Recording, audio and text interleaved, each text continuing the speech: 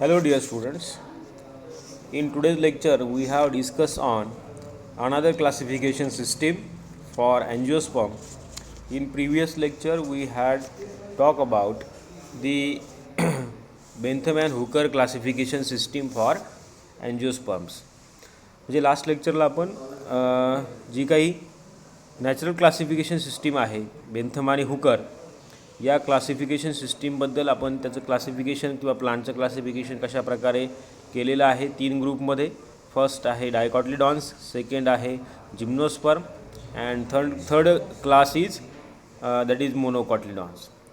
त्यानंतर आपण त्याचे मेरिट्स डिमेरिट्स हे पाहिलेत आणि मग दुसरी एक क्लासिफिकेशन सिस्टीम जी आहे की ज्याला आपण फायलोजेनेटिक क्लासिफिकेशन सिस्टीम असं म्हणतो, ती आजच्या या लेक्चरमध्ये आपल्याला डिस्कस करायची.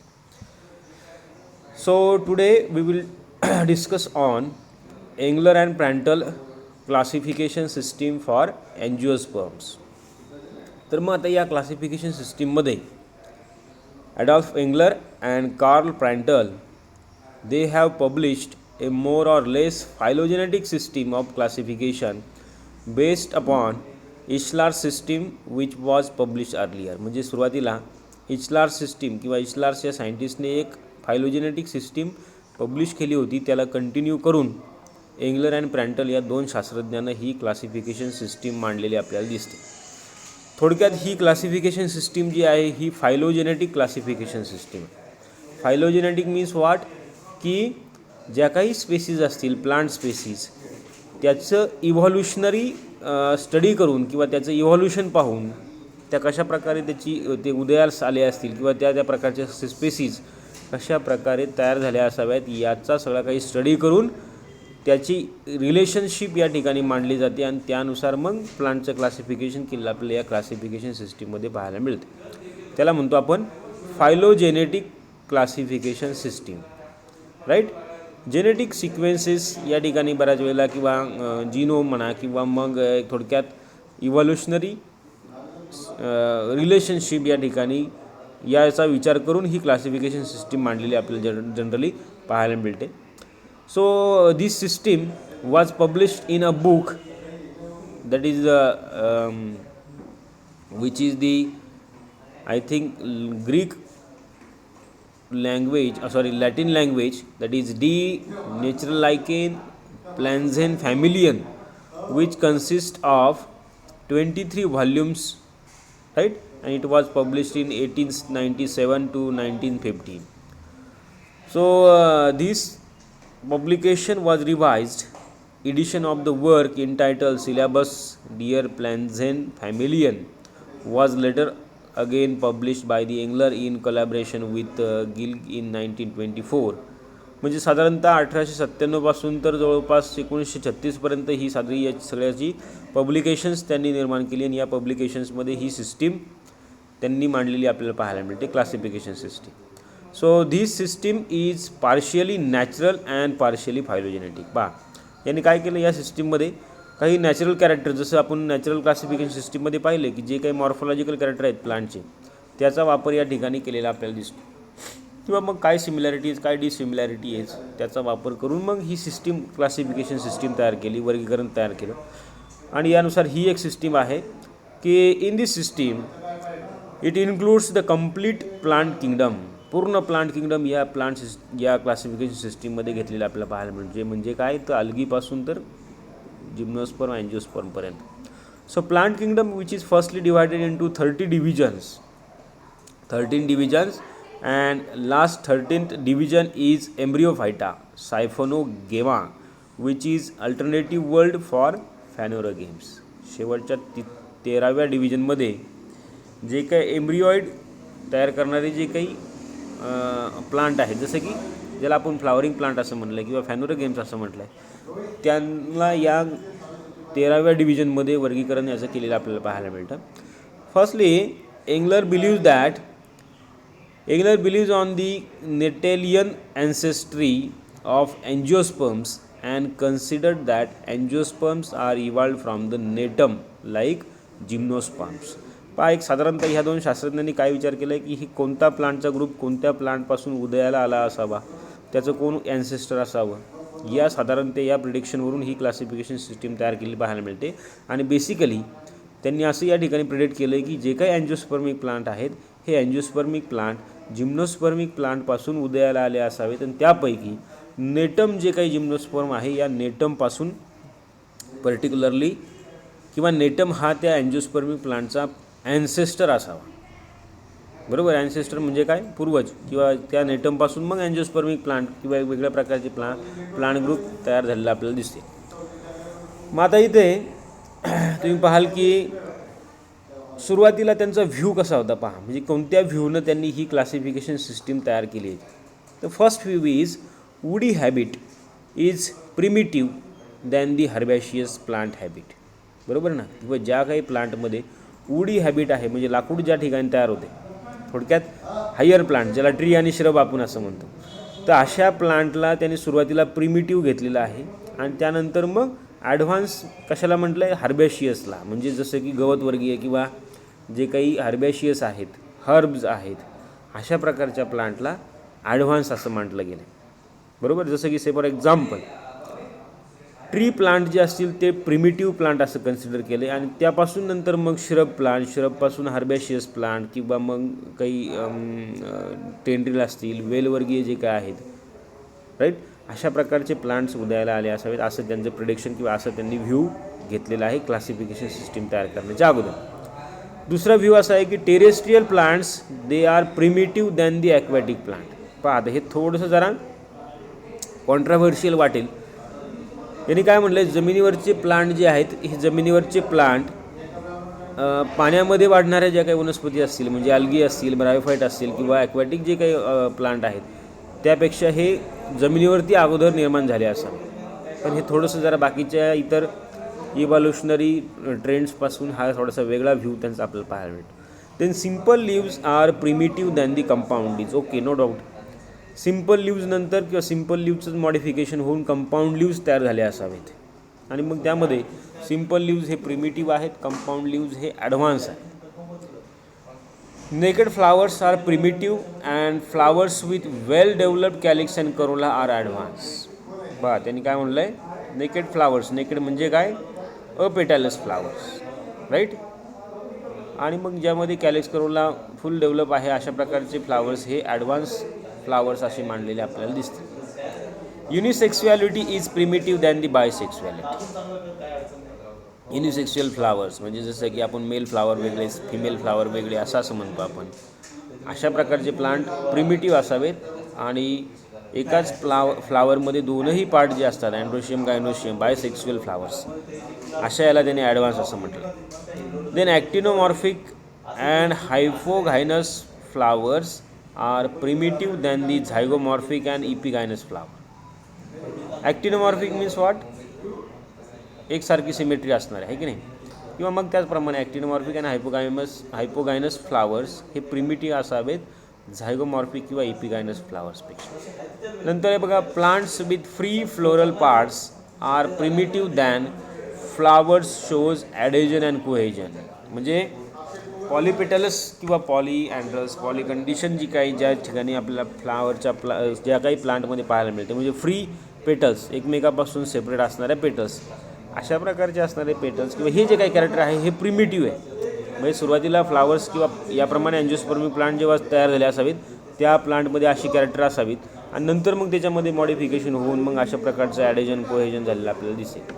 आणि lastly wind pollination is primitive than the insect pollination. म्हणजे सुरुवातीला जेवढे काही प्लांट तयार झाले असेल हे पहिल्यांदा विंडनं पॉलिनेट होत होते, हवेनं त्याचं पॉलिनेशन होत असावं आणि त्यानंतर मग त्या प्लांटमध्ये काही मॉडिफिकेशन आली आणि they are dependent for pollination on the insect, that is insect pollination. तर अशी काही व्ह्यूज या इंग्लंड अँड प्रँटल यांचे होते आणि त्या व्ह्यूजनुसार किंवा या कॉन्सेप्टनुसार त्यांनी क्लासिफिकेशन सिस्टीम तयार केली आपल्याला पाहायला मिळते. So preliminary classification is in this system up to classes and subclasses which is based in overall resemblance.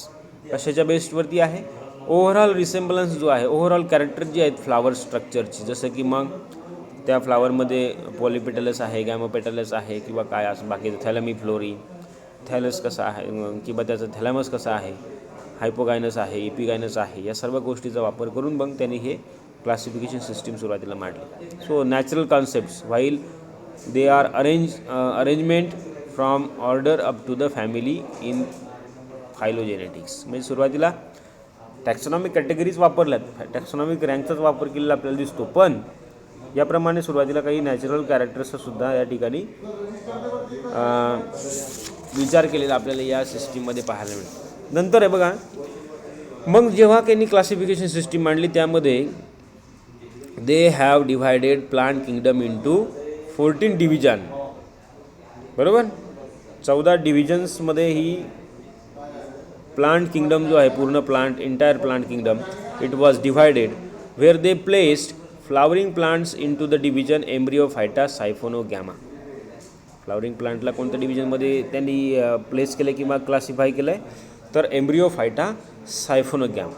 And then firstly suppose division Embryophyta Siphonogama which is divided into 2 sub divisions. आता या ठिकाणी बुकमध्ये मला असं वाटतं फक्त जे काही अँजिओस्पर्मिक प्लांट आहे त्या अँजिओस्पर्मिक प्लांटचंच क्लासिफिकेशन आपल्याला या ठिकाणी दिलेलं पाहायला मिळतं. ओके, म्हणजे सुरुवातीचे जे काही 13 डिव्हिजन्स आहेत ते या ठिकाणी दिलेले नाही, कारण की ते अल्गी, फंजाय, ब्रायोफाईट, टेरिडोफाईट या बाकीच्या इतर ग्रुप्सशी रिलेटेड आहेत.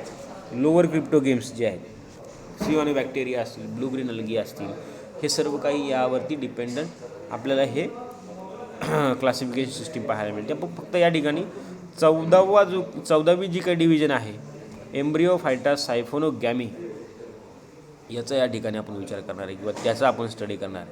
मग हा जो काही एम्ब्रिओफायटा सायफोनोगॅमी जो आहे फॅनोरोगेम्ससाठी, it is again further divided into 2 sub divisions. 2 sub डिव्हिजनमध्ये याचं डिव्हायडेशन केलेलं आपल्याला पाहायला मिळेल. फर्स्ट आहे अँजिओस्पर्म आणि सेकंड आहे जिम्नोस्पर्म. करेक्ट, अँजिओस्पर्म आणि जिम्नोस्पर्म हे दोनही फॅनोरोगॅमिक प्लांट आहेत. दोन्ही प्लांटमध्ये फ्लावर्स तयार होतात आणि त्यानुसार मग आपलं हे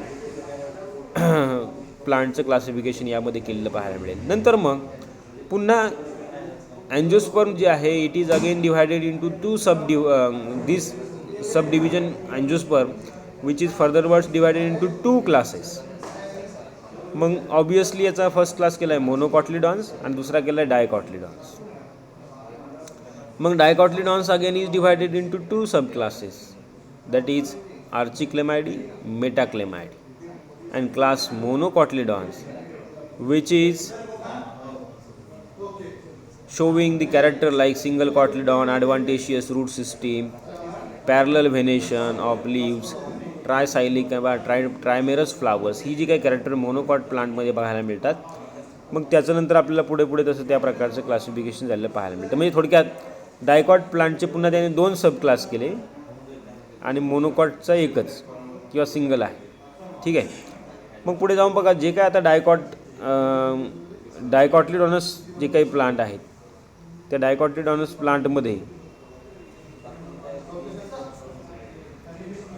ओके, डायकॉटलिडॉनस प्लांट जे आहे तर प्लांट ऑफ जसं की 2 कॉटलिडॉन्स त्या प्लांटमध्ये आपल्याला पाहायला मिळतील. त्याचबरोबर टॅप रूट सिस्टीम आहे, रेटिक्युलेट व्हेनेशन आहे, टेट्रासायलिक फ्लावर्स आहेत.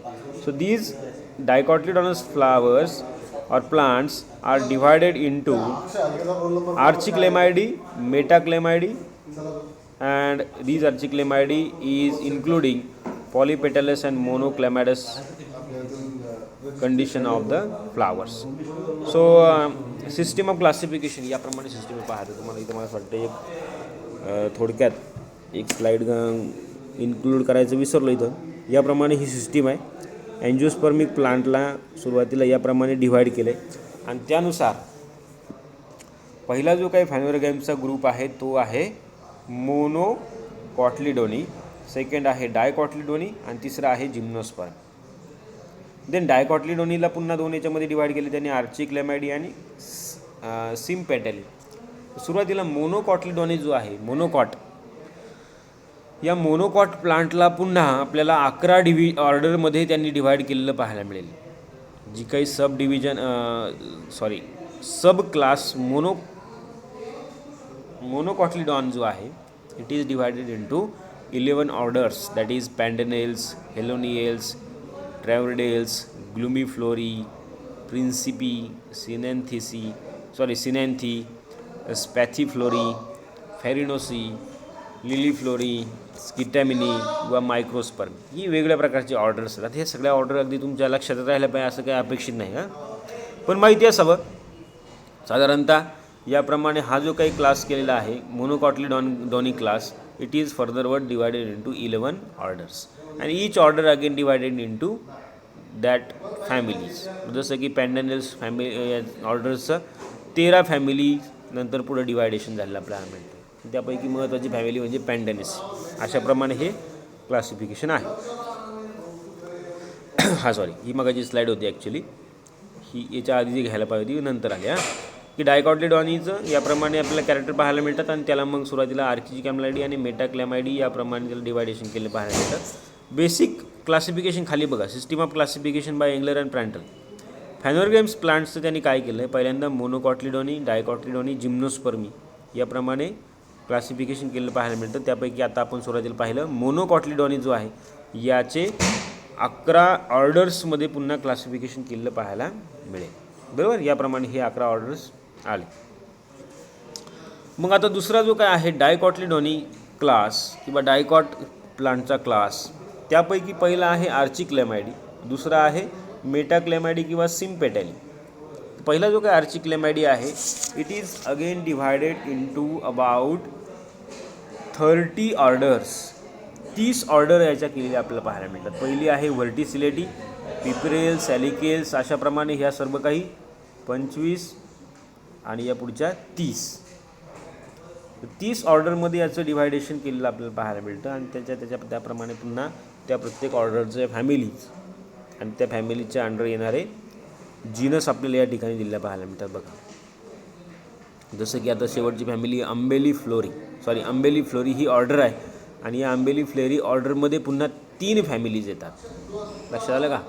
किती फॅमिली आहेत? 3 फॅमिली आहेत आणि या 3 फॅमिलीपैकी महत्त्वाची फॅमिली म्हणजे अंबेली फेरी. राईट. सो अंबेली फेरी जी काही फॅमिली आहे त्या अंबेली फेरी फॅमिलीमध्ये अनेक जीनस तुम्हाला नंतर पाहायला मिळते.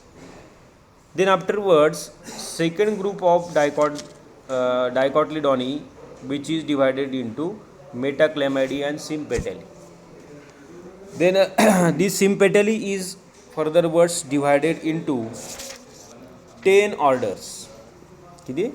10 ऑर्डर्समध्ये त्याला डिव्हाइड केलेलं आपल्याला पाहायला मिळेल सिम्पेटली या ऑर्डरला. So first order like Ericales, then Primulales, Plumbaginales, Ebenales, Contortae, Tubiflorae, then Plantaginales, Rubiales, Cucurbitales, Campanulatae याप्रमाणे या सर्व काही ऑर्डर आपल्याला या सिम्पेटली किंवा जो काही दुसरा आपण डायकॉटिलिडॉनीचा जो काही सब क्लास पाहिला दॅट इज मेटाक्लेमायडी अशा नावानं आपल्याला ह्या ठिकाणी पाहायला मिळतो. म्हणजे याप्रमाणे आता हे क्लासिफिकेशन करत गेलेत. इव्हॉल्युशननुसार क्लासिफिकेशन केलेलं किंवा फायलोजेनेटिक क्लासिफिकेशन याला आपण म्हणणार. आणि मग प्रत्येक ऑर्डरमध्ये पुन्हा त्याप्रमाणे फॅमिलीज आहेत. त्यापैकी इथं या ठिकाणी इम्पॉर्टंट फॅमिली प्रत्येकाची दिली. इम्पॉर्टंट फॅमिली का दिलेली आहे तर जनरली हे बघा, ही ऑर्डर तयार करण्यासाठी सुद्धा एका फॅमिलीची कॅरेक्टर वापरली जातात. त्यापैकी महत्त्वाची फॅमिली जी असेल त्याची कॅरेक्टर्स या ठिकाणी दिली जातील आणि त्या कॅरेक्टरनुसार ही ऑर्डर तयार झालेली आपल्याला पाहायला मिळते. ठीक आहे.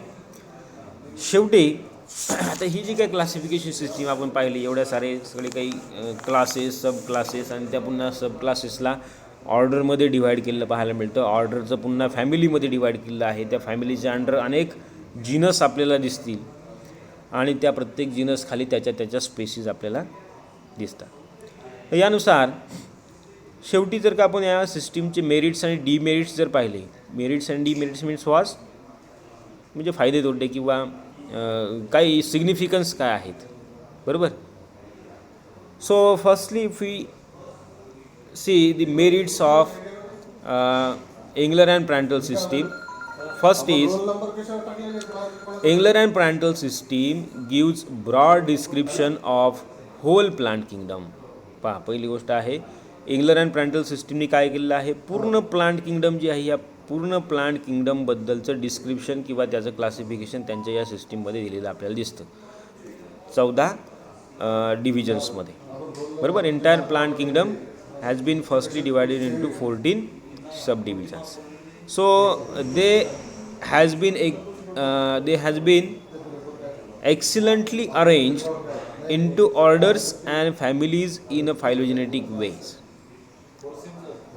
सो जे काही एंटायर प्लांट किंगडम आहे, या एंटायर प्लांट किंगडमचं त्यांनी फर्दर वर्ड्स एक्सिलंटली किंवा चांगल्या व्यवस्थित चांगल्या पद्धतशीरप्रमाणे फायलोजेनेटिकली याप्रमाणे ऑर्डर आणि फॅमिलीजमध्ये पुन्हा त्याचं डिव्हायडेशन केलेलं पाहायला मिळतं फायलोजेनेटिक वेनं, किंवा ज्याप्रमाणे प्लांट्स उदयाला आले, ज्याचं ज्याप्रमाणे इव्हॉल्युशन झालेलं आहे त्या इव्हॉल्युशनप्रमाणे आपल्याला याच्यामध्ये याचं डिव्हायडेशन झालेलं दिसतं. हे पहिला फायदा किंवा पहिला मेरिट्स आपल्याला त्याचं सांगता येईल. दुसरं मेरिट्स असं आहे की in this system gymnosperms they have been created separately at third level.